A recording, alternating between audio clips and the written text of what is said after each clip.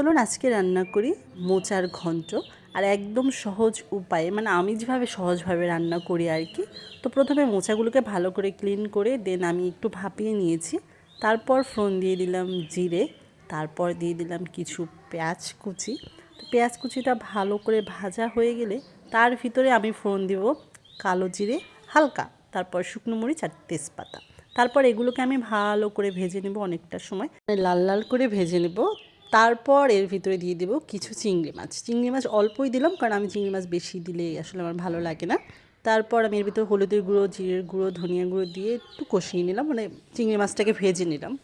দেন ভাজা হয়ে গেলে এর ভিতরে আগে থেকে ভাপিয়ে রেখেছিলাম যে মোচা আর কি, আলু দিয়ে সেটাকে দিয়ে দিলাম।